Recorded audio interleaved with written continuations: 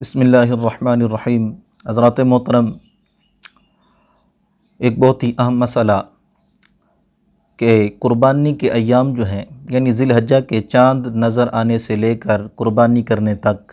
وہ احباب جنہوں نے قربانی کرنی ہے کیا وہ اپنے ناخن کٹوا سکتے ہیں یا اپنے بال جو ہیں وہ کٹوا سکتے ہیں؟ تو اس کے متعلق مسئلہ یہ ہے کہ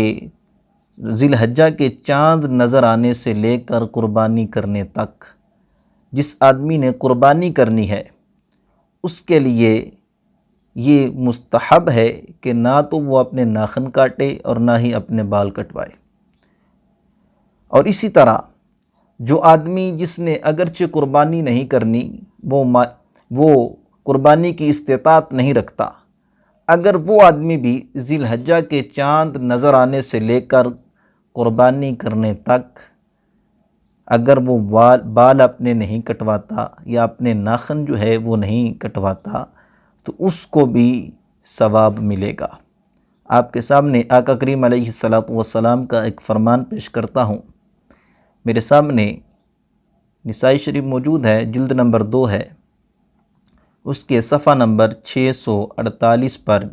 محبوب علیہ السلام کا یہ فرمان موجود ہے۔ حدیث مبارکہ کے الفاظ یوں ہیں: ان ام سلمۃ عن نبی صلی اللہ علیہ وسلم قال من رأى ہلال ذی الحجہ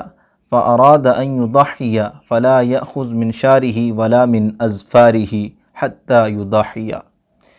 حضرت ام سلمہ رضی اللہ تعالی عنہ آپ بیان فرماتی ہیں کہ آقا کریم علیہ السلام نے ارشاد فرمایا کہ جس آدمی نے قربانی کا ارادہ کیا ہو کہ میں نے قربانی کرنی ہے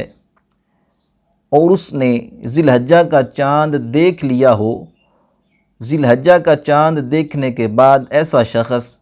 وہ اپنی قربانی کرنے تک نہ تو اپنے بال کاٹے اور نہ ہی اپنے ناخن کاٹے،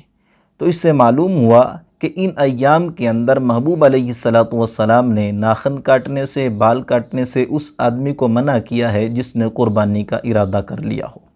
اور پہلے بھی بیان کیا کہ یہ حکم جو ہے یہ مستحب عمل ہے، یہ وجوبی نہیں ہے، اور اس کی حکمت یہ ہے کہ اگر کوئی آدمی ناخن نہیں کاٹتا یا اپنے بال نہیں کترواتا تو اس کی مشابہت جو ہے وہ حاجیوں کے ساتھ ہو جائے گی، کیونکہ حالت احرام کے اندر وہ بھی جو ہیں وہ نہ اپنے بال کاٹ سکتے ہیں، کٹوا سکتے ہیں، اور نہ ہی اپنے ناخن کاٹ سکتے ہیں۔ اللہ تعالیٰ کی بارگاہ میں دعا ہے کہ اس پر عمل کرنے کی توفیق عطا فرمائے۔